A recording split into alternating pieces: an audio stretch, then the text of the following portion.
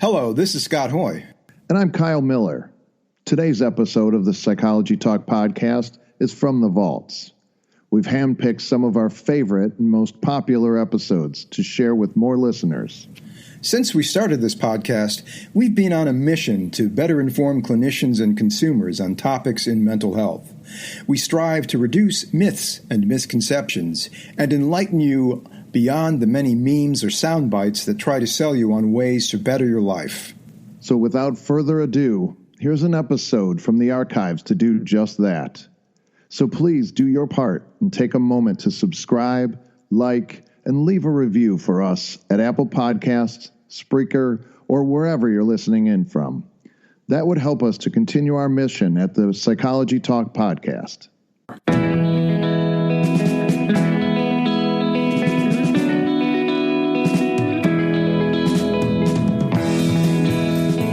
Hi, this is Dr. Scott Hoy. On today's episode, we'll be concluding my interview with Dr. David Paul Smith. In the last episode, David spoke about his experience with the Native American, also known as First Nations, traditional healing. In this episode, we discuss his work as a clinical psychologist and as the editor of the International Journal of Traditional Healing and Critical Mental Health.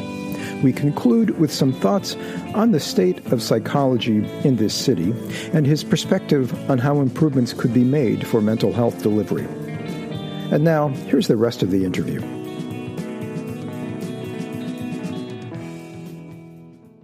So we've talked about this. How do you integrate all of this? Because I want to talk about you working as a psychologist in Chicago for the benefit of bringing all this back in. How do you integrate all of this work you've done, ethnographic work with healers, kind of being introduced to the traditions, perhaps even being invited in a way, in a very open and neutral way, to participate with these healers, and perhaps even be trained. How do you connect that to what you do? We talked a little bit about it before, but how do you connect that with what you do in the consulting room? What do you do as a therapist and a psychologist? No, that's a good question. I would say it kind of works like this. Most of the stuff that I do in therapy doesn't touch on these things too much, unless people bring them up. They do periodically.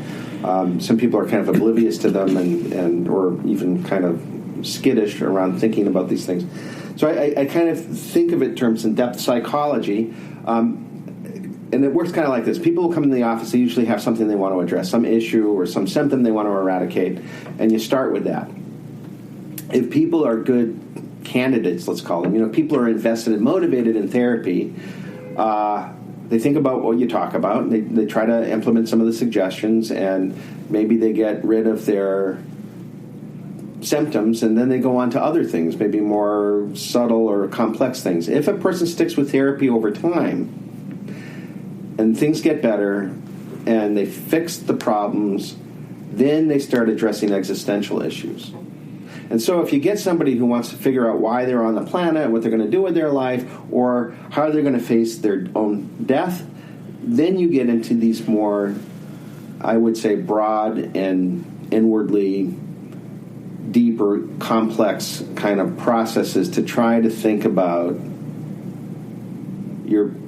these existential questions. Okay. And I think existential phenomenological things bring you back to yourself and maybe a raw awareness. It is related to self-regulation because you're kind of focused on, your own mental processes, your own being in the world, and that can open up to further growth. Okay, so it seems to me like the way I look at it working with people is that most people kind of want to come in for regulation of their mind and body because they have anxiety or depression. They want some kind of symptom relief, right? Amelioration. But then as if they stay in the therapy and you kind of roll out more of these questions, it does become more existential, or it works from a symptom amelioration, looking at relation patterns from the genetic relationships or past relationships, current relationships, the relationship with you in the consulting room. And then later on, I think if the therapy continues, working on those existential questions to maybe even questions that go beyond even existential questions to more like it moves into more of a transpersonal kind of way of working with people. It can. Right. And that's where I guess all these other experiences and the things I write about would come into play. And it's also helped me kind of think about therapeutic process in general. And I shared with somebody I work with, I said, it kind of puts Western psychotherapy in perspective. I mean, if therapy or if spiritual growth or therapeutic change has to do with kind of shaking up your head and shifting perspective and opening up to new ways of thinking and being, then yes, psychotherapy does that subtly, and you get people to think about what they're doing and maybe change their behavior or look at the resistances to change. But if you go into a peyote church and you eat a bunch of peyote and you're out of your mind into another kind of reality, that's fast change. Right? If you come out of that and have to come to terms with it and reconnect the dots in your head, that right? Probably is a very fast change. Yes. And I would even say, if you go for a weekend and you're fasting and praying and sitting outside on a vision quest, sleep. Traditional healing involves things like not just hallucinogens, but just sleep deprivation or fasting, and challenging the basic biological system to try to cope. I've heard it was on the news, but I have to do the research to get the articles. But even PTSD can have positive benefits sometimes. So trauma, manageable trauma, not intense trauma where your head's kind of like broken, but manageable trauma can kind of shift things in a manner so that you can come to terms with it and come back stronger, maybe with a broader perspective on life and what you can do with yourself. Okay. Psychotherapy does that. I would say go do some sweat lodges if you have the opportunity, and take a vision quest if somebody gives you an opportunity. Don't do it on your own, just like dropping acid. Better around people who know what they're doing than willy-nilly. I would concur, partly perhaps from ancient history of myself, yes. So Chicago, how do you see yourself fitting into Chicago as a psychologist with this background? I mean, well, I've been here about 30 years now, and the University of Chicago is where I started.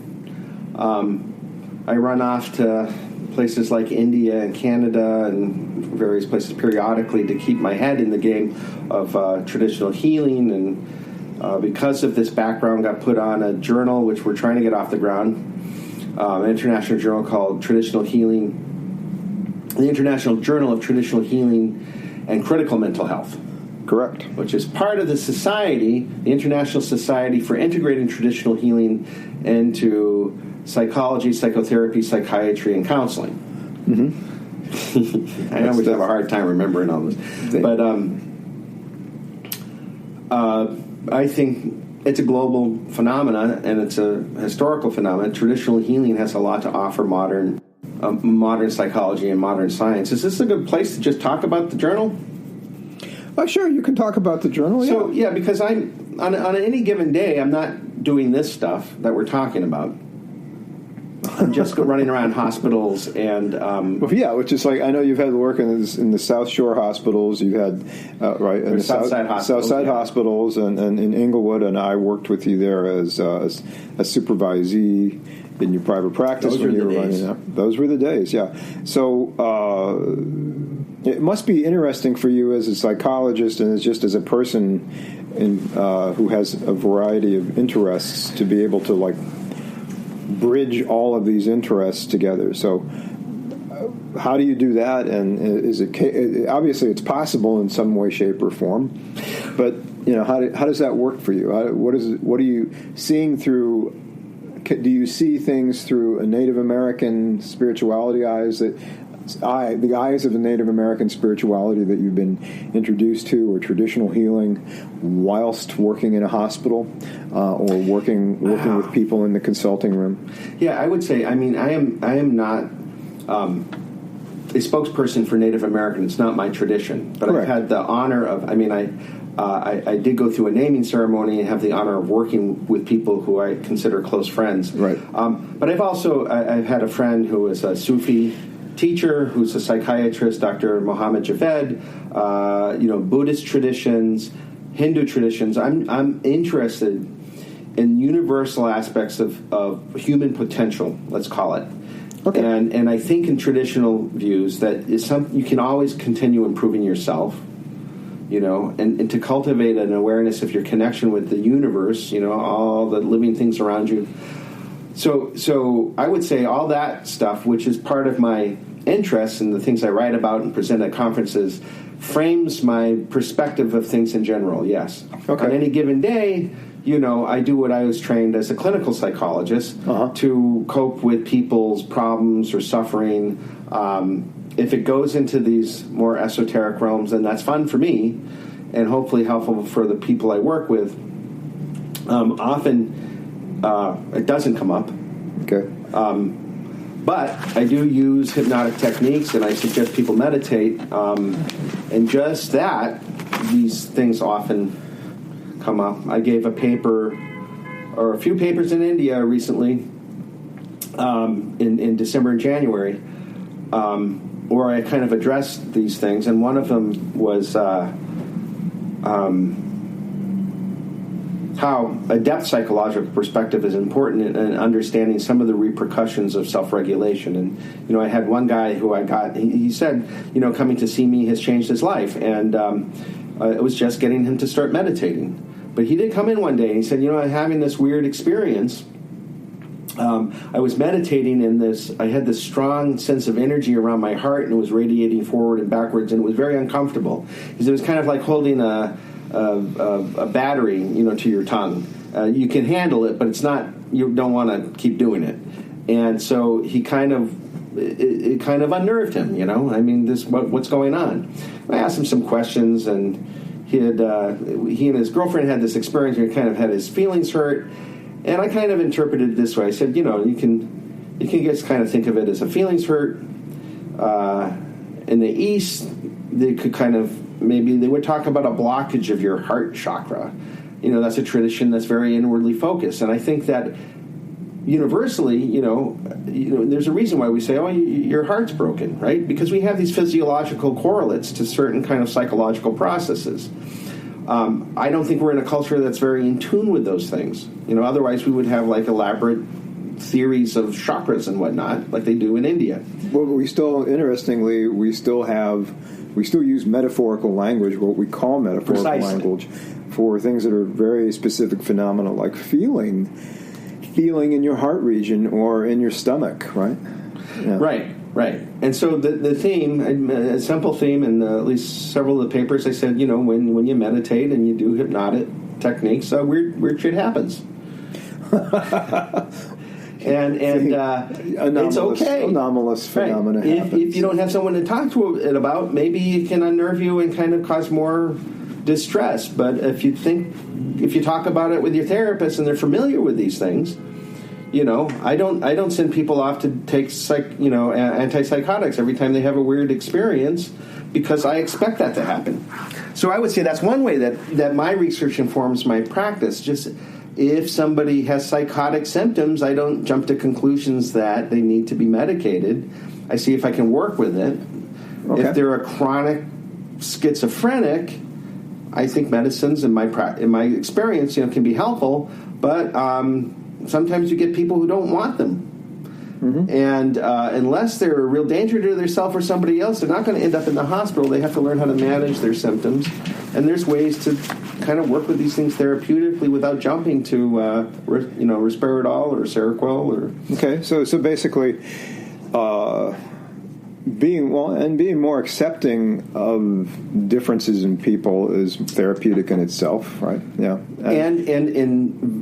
let's call it the vicissitudes of conscious experience. The vicissitudes of conscious experience. Okay. So if you do hypnosis and you disassociate, well, no surprise. But disassociating can be a very unnerving experience.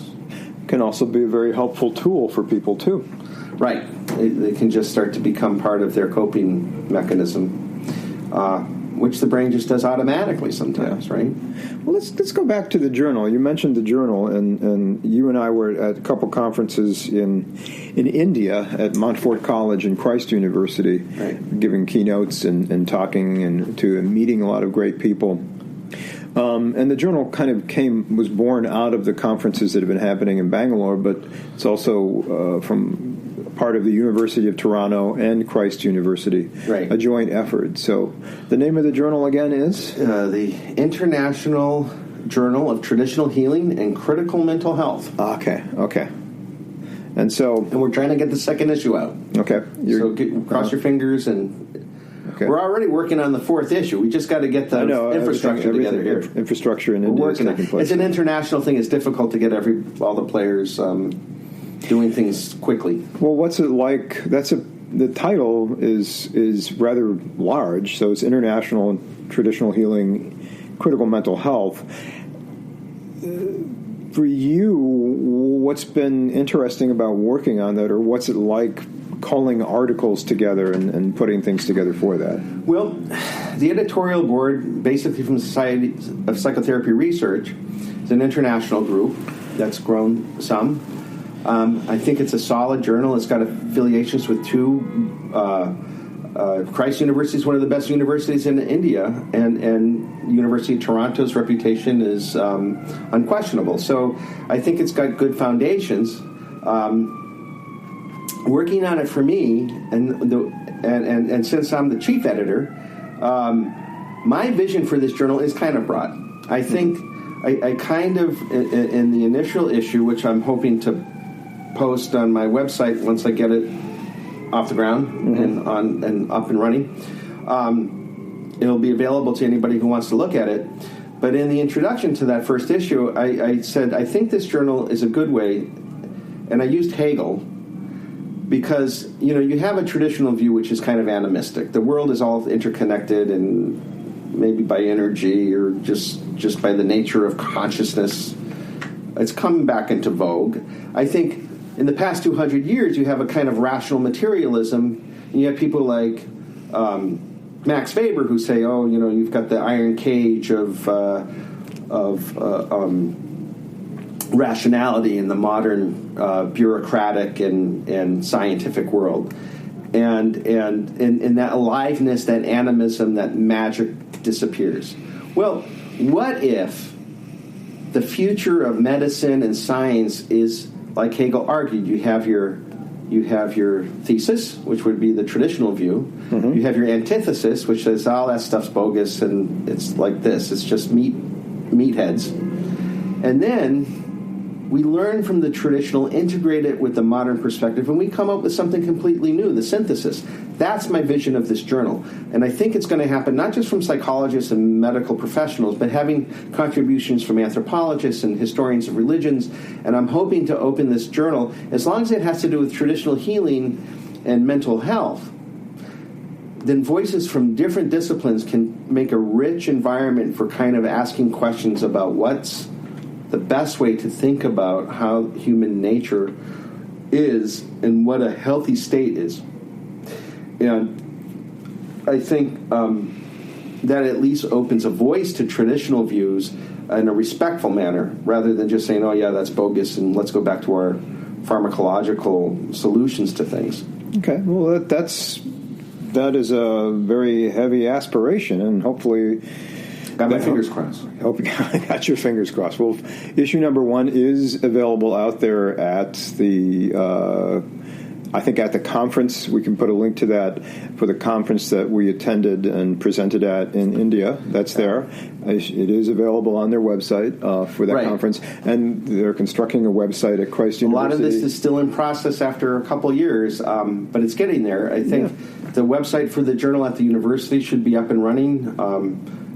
At least is under construction. My website is under construction but ready to go, and I will certainly make a link and post the journal. And I can always link to you. I think you do have a Psychology Today website for contact for you here in Chicago. I was hoping to kind of segue into issues of psychology in Chicago. I don't know if it's fitting here, so I'll put the question out here. What do you think the biggest issue for psychology is for the city of Chicago? What do you think's going on right now? And what do you think we need to better mental health in Chicago? Well, those are big questions, too, and kind of strategic and political. I have hope for the new governor came in with a big push for education and mental health, to lending more support for that. I've always thought, having worked in Inglewood, and you joined me in that for some time, that the biggest problem, and I couldn't keep that office open because people either didn't have any insurance at all, or in the state of Illinois, psychologists can't bill Medicaid. You can't pay the bills if you're seeing people for free. And when I was working there, and I think when the office was open, there hadn't been a carve-out for Medicaid replacements, which psychologists can accept. Right. I think maybe even social workers can, too. I don't think that's fixed it, but it's improved it. It's improved it. So had your office remained open, perhaps you would have had more options there, right, to help people and to provide that help for people. So I would say in general, I mean, we still struggle in this country and in our culture with an underappreciation of mental health services or the importance of mental health. I think people are starting to realize that. Every time there's some kind of mass shooting or something crazy happens, people are like, well, we need more support for mental health. Of course, you and I, psychologists, for years have been saying, we need more support for mental health. It's hard to make a living doing this. People have been saying that probably for 50, 60, 100 years, right?